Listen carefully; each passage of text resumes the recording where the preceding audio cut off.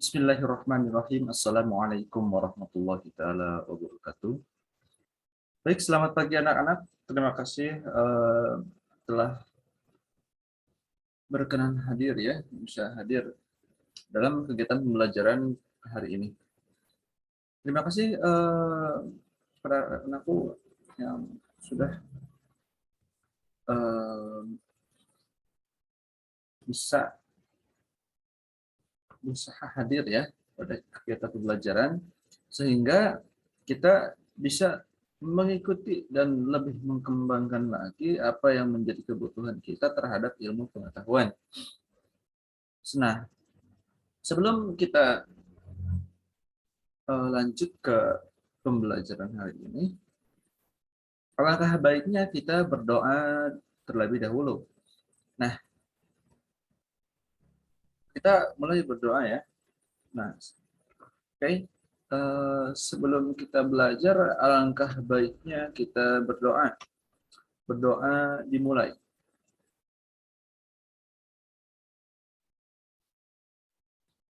Berdoa dicukupkan. Sebelum kita melakukan pembelajaran untuk hari besok, untuk hari ini maksud saya. Nah, minggu kemarin kita telah membahas tentang apa, Mbak? Ada yang tahu?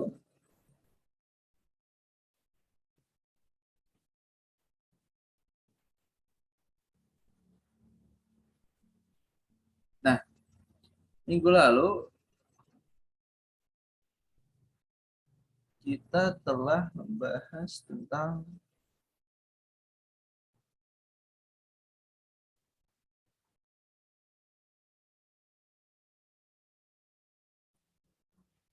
perkembangan jalur transportasi dan perdagangan internasional di Indonesia. Nah, terus minggu sebelumnya kita telah membahas bagaimana tak luas dan perbatasan Indonesia ya. Nah, ini letak luas dan batas wilayah Indonesia. Kemudian karakteristik wilayah daratan dan perairan Indonesia. Nah, pada bab poros Indonesia sebagai maritim ini, yang terakhir akan kita bahas adalah potensi dan pengelolaan sumber daya kelautan yang ada di Indonesia. Nah, kira-kira menurut kalian apa sih yang menjadi potensi gitu ya? Apa yang menjadi potensi yang ada di laut Indonesia itu apa aja kira-kira? Nah, kalau kita sering gitu ya mencari informasi di dalam televisi, khususnya misalkan dahulu kalau sebelum internet itu booming, dahulu media untuk mendapatkan informasi adalah suguhan dari televisi. Kalau dulu saya ya, televisi, kemudian dari koran-koran juga ada banyak, dari majalah-majalah. Kalau dilihat dari sekarang, sumber daya yang di laut itu sangat banyak ya, baik itu berupa ikan, kemudian pariwisata seperti terumbu karang dan sebagainya, bahkan juga dari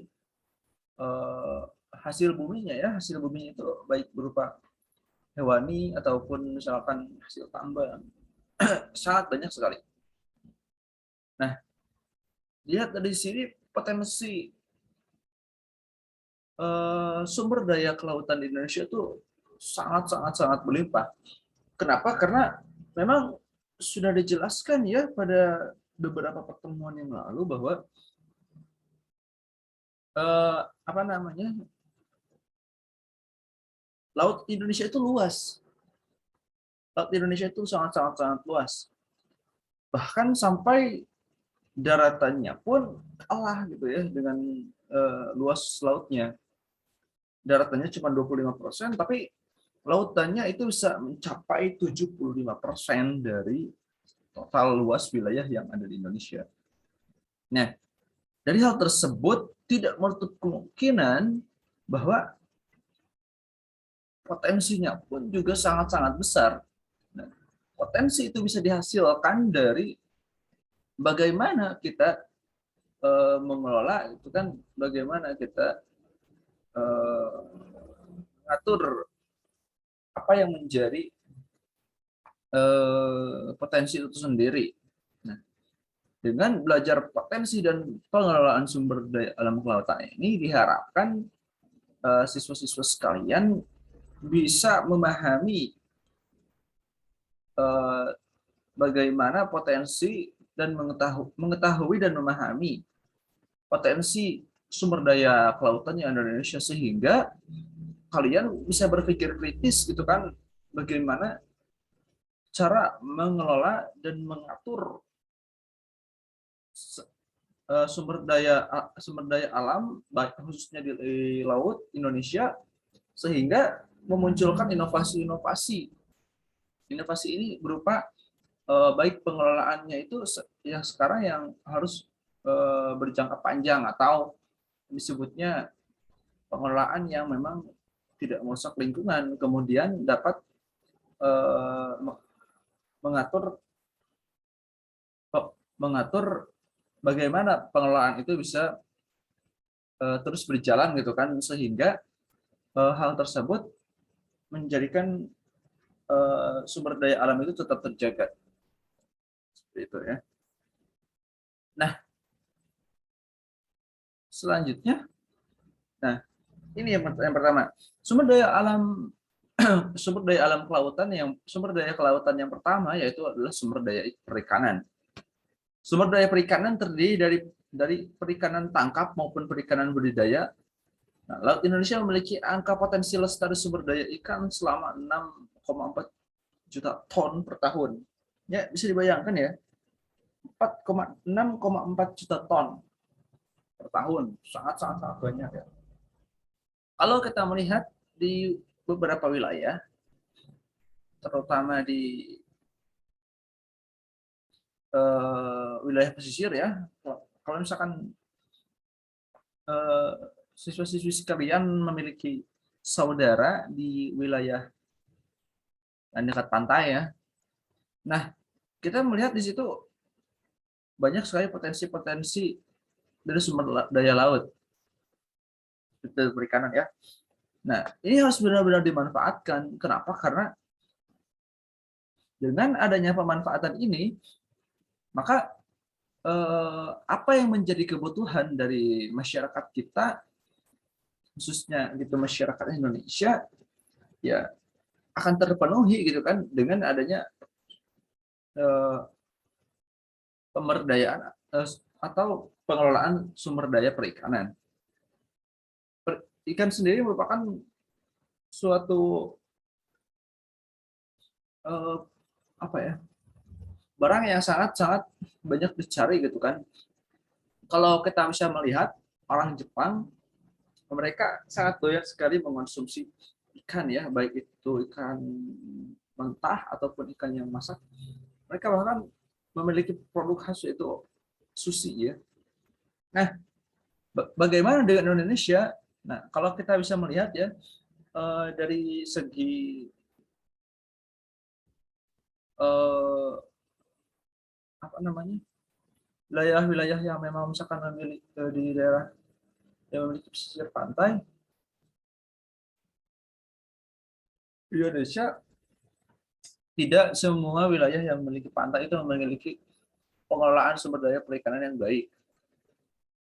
Terkadang hanya wilayah-wilayah tertentu yang dapat memanfaatkan bagaimana pengelolaan sumber daya ikan itu sendiri.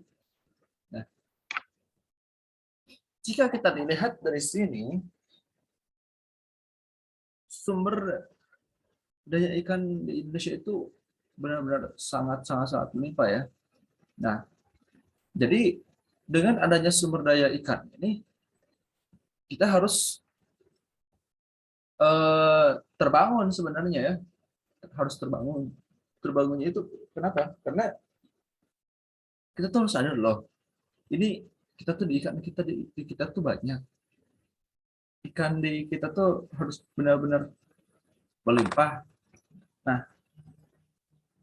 kita harus berpikir gimana sih cara, misalkan seperti ya, bagaimana ya supaya si sumber daya ini bisa ini nih bisa diatur nih, seperti ya halnya Ibu Susi ya. Ibu Susi itu ya perempuan yang hebat ya, perempuan yang tangguh, karena dia bisa mempertahankan, bisa apa namanya, wilayah laut ya khususnya. Nah, dari sumber daya perikanan ini juga sebenarnya ada permasalahan juga ya, terutama penangkapan-penangkapan liar yang dilakukan oleh apa namanya, oleh orang asing. Kalau kita melihat ya, banyak sekali orang asing yang datang ke wilayah kita khususnya Indonesia, baik itu dari Cina ataupun dari wilayah-wilayah misalkan seperti Filipina, Vietnam dan yang lainnya.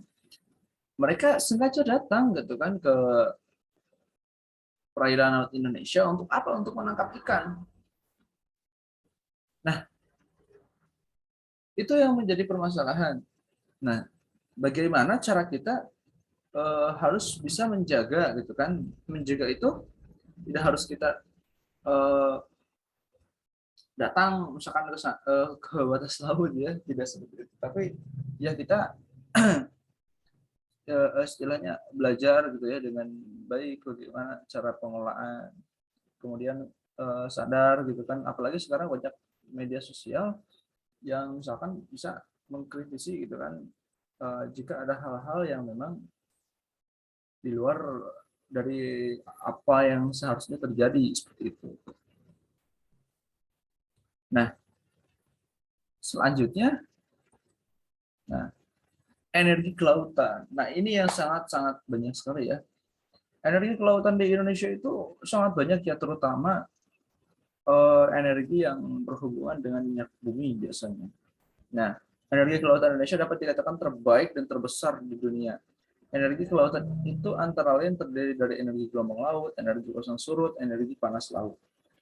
Nah, Indonesia itu merupakan negara dengan garis pantai terpanjang kedua di dunia ya setelah Kanada.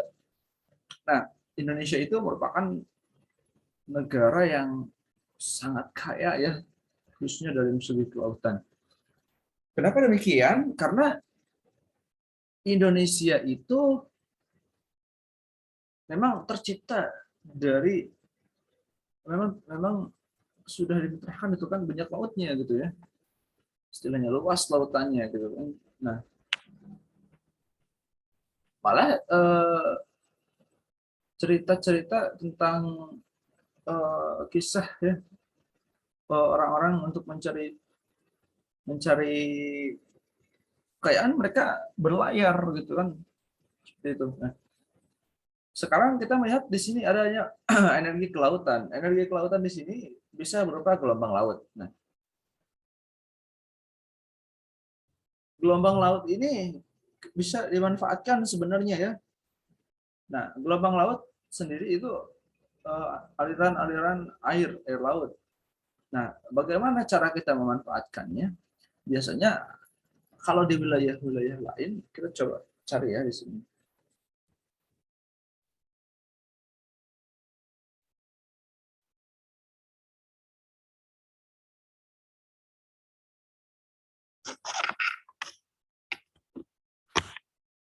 Kita coba cari ya.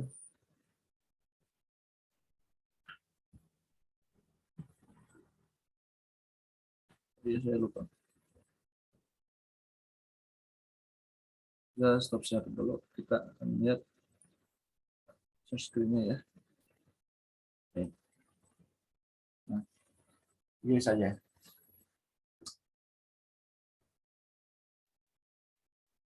Nah, kalau kita lihat, coba kita stop.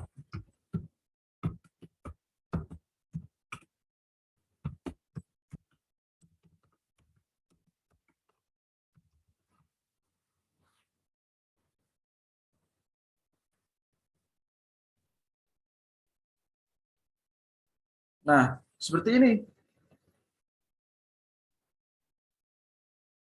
Nah, ini salah satu gambar contoh bagaimana pemanfaatan eh, energi listrik dari gelombang laut. Ini dengan potensi sumber daya lautannya sangat tinggi, yang sangat berlimpah gitu kan, apalagi dengan luas lautannya dan garis pantainya yang sangat panjang, maka kita harus mampu bahkan bagaimana agar adanya suatu potensi, adanya suatu sumber daya harus bisa dimanfaatkan dengan baik gitu ya. Apalagi kita memang sekarang Indonesia itu industrinya merupakan sudah mulai maju ke negara industri. Soalnya kita bisa melihat saja ya di kota-kota kecil banyak sekali pabrik-pabrik ya, apalagi pabrik misalkan pabrik-pabrik kalau misalkan di wilayah Tasikmalaya banyak sekali ya pabrik-pabrik apa namanya skala rumahan ya banyak. Nah, bahkan kalau misalkan tempat Bapak tinggal juga di Garut itu banyak sekali pabrik-pabrik di garmennya, pabrik dari pakaian, kemudian pabrik sepatu, pabrik bulu mata, itu banyak sekali. Nah, tidak menutup kemungkinan dengan pajaknya pabrik tersebut apa namanya membutuhkan banyak energi juga, terutama energi listrik ya. Nah, seperti itu. Kalau kita melihat sendiri energi listrik sampai saat hari ini saya rasa cukup mahal ya. Soalnya memang kalau kita melihat pembangkit listrik di Indonesia itu eh, masih banyak yang menggunakan batu bara yang diambil dari Kalimantan dan juga Sumatera. Nah, sedangkan kita ketahui bahwa batu bara itu sifatnya terbatas atau tidak bisa diperbaharui, bisa diperbaharui, hanya saja membutuhkan waktu lama ya, bisa mencapai jutaan tahun ya. Sedangkan masa hidup kita jangankan jutaan tahun ya,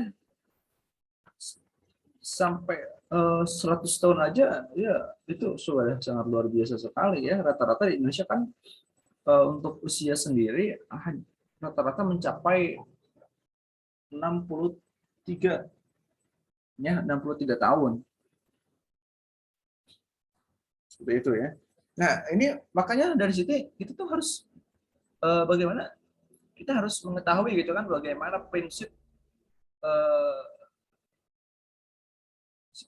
prinsip dari alat ini bekerja dan bagaimana agar apa agar suatu saat nanti kita bisa mengembangkan gitu kan ilmu pengetahuan menerapkan gitu kan bagaimana apa namanya bagaimana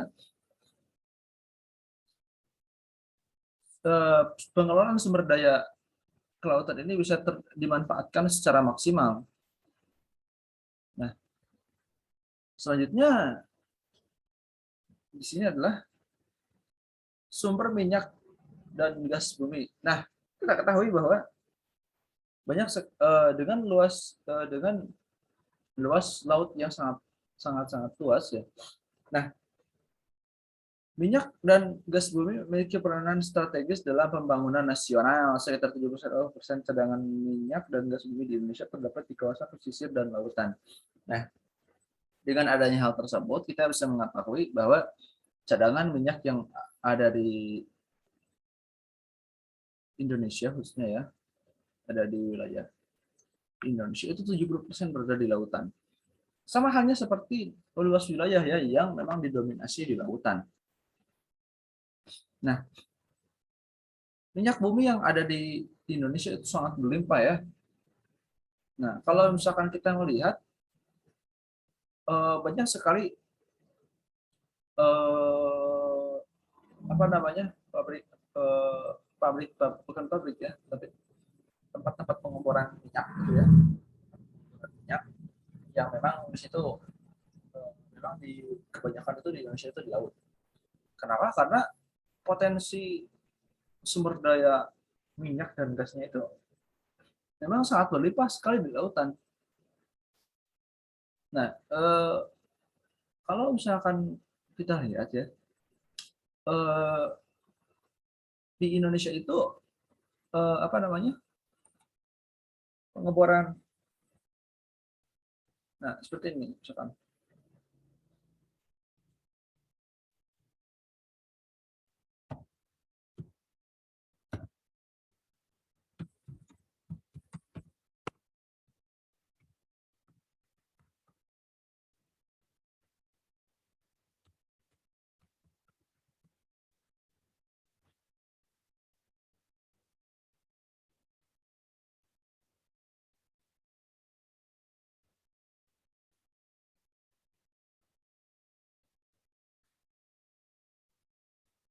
Nah, kalau kita melihat di sini nih. Nah,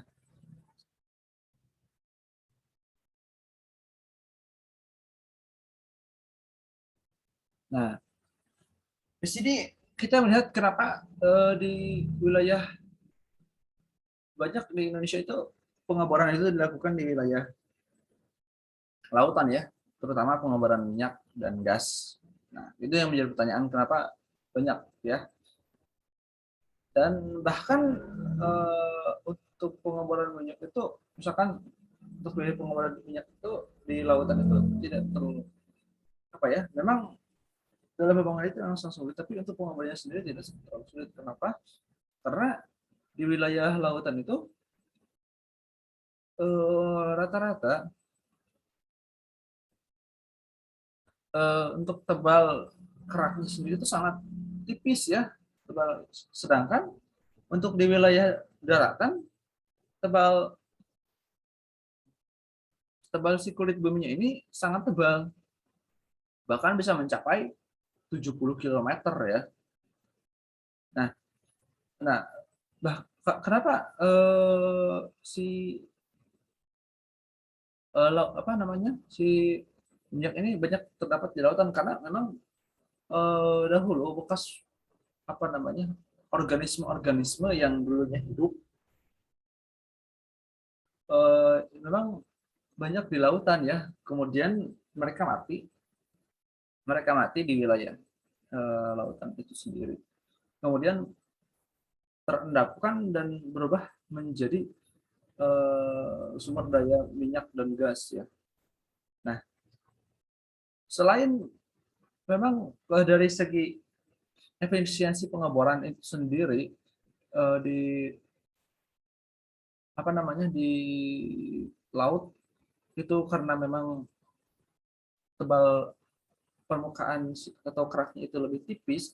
Nah, di laut juga sebenarnya lebih ini ya, lebih bukan lebih aman, tetapi dapat menghindari itu kan banyaknya orang gitu kan, jika terjadinya amit-amit nauzubillah ya, misalnya adanya kecelakaan. Nah, jadi kalau misalkan di wilayah seperti di mana ya, lumpur lapindo. Nah, lumpur lapindo kita kan udah tahu ya, di sana itu eh, apakah itu memang isinya minyak gitu kan atau seperti apa. Nah, ya, tetap. Nah, kalau di laut kan itu terhindar ya dari eh, banyaknya orang gitu kan, kerumunan. Nah, jadi seperti ini ya. Kenapa kita harus memanfaatkan sumber daya kelautan, terutama di minyak dan gas, karena memang potensinya itu sangat besar sekali. Nah, selanjutnya ada yang sangat menarik di sini yang memang menjadi yang dulu sebelum COVID itu sangat apa namanya, booming sekali ya, wisata. Nah, wisata itu merupakan suatu kegiatan ya, kegiatan berrekreasi gitu ya, terutama dahulu kalau misalkan orang-orang yang tinggal di wilayah misalkan perkotaan ya, misalkan suka ada istilah kayak gini, mantai yuk, mantai yuk. Nah, seperti itu ya. Jadi kalau kita bisa melihat bahwa pantai ini, misalkan wilayah laut Indonesia itu, pantai khususnya ya, memiliki daya tarik tersendiri, khususnya di wilayah-wilayah tersebut ya. Apa yang menjadi apa namanya ya, apa yang menjadi objek atau keanehan di laut itu, pada itu isi ya, misalkan kenapa? Karena di wilayah laut itu tidak akan ada apa ya, tidak akan ada habisnya menarik ya kalau menurut saya juga, karena wilayah laut itu sangat eh, banyak sekali hal-hal yang belum kita ketahui gitu, yang belum kita eksplorasi, karena sebagai manusia kita hanya mengetahui wilayah-wilayah yang pernah kita lewati saja gitu kan, sedangkan laut itu jarang sekali. Nah, wisata bahari antara lain mencakup kegiatan seperti rekreasi perahu, marina, kapal pesiar, olahraga air, sejarah maritim, pendidikan, dan terkait dengan komponen berbasis tanah seperti hotel, resort, restoran. Nah, memang sekarang banyak sekali wilayah-wilayah pantai Indonesia itu didirikan hotel, restoran, penginapan, seperti yang lainnya ya. Terutama kalau kita lihat di Pangandaran ya, itu hotel-hotel tuh berjejer ya, banyak sekali itu. Kenapa? Karena memang potensi wisatanya di daerah pesisir pantai itu sangat besar, sangat-sangat besar ya, sangat dan sangat menarik. Terutama misalkan kita banyak melakukan aktivitas seperti berselancar dan sebagainya ya. Kalau misalkan ada yang bisa berselancar atau enggak berenang di tepi pantai ya, tapi jangan sampai kita melewati larangan, misalkan dilarang berenang di situ kita malah berenang gitu kan, itu harusnya tidak dilakukan. Nah, selanjutnya jasa angkutan laut. Nah, ini kapal-kapal biasanya nih yang melakukannya. Biasanya kapal-kapal ya, kapal-kapal. Jasa angkutan laut adalah setiap kegiatan pemindahan orang dan atau barang dari satu tempat ke tempat lainnya menggunakan kapal dari satu pelabuhan ke pelabuhan lain dengan dipungut biaya. Nah, biasanya kalau ada yang misalkan mau bertransmigrasi atau misalkan berpindah tempat ya, ataupun jalan-jalan misalkan ke daerah lain, biasanya kita pasti menggunakan jasa angkutan seperti ini, jasa angkutan laut. Nah, kalau kita melihat di wilayah-wilayah seperti apa namanya, Makassar, bukan Makassar, Sulawesi ya, di Sulawesi itu banyak sekali kapal-kapal laut gitu ya.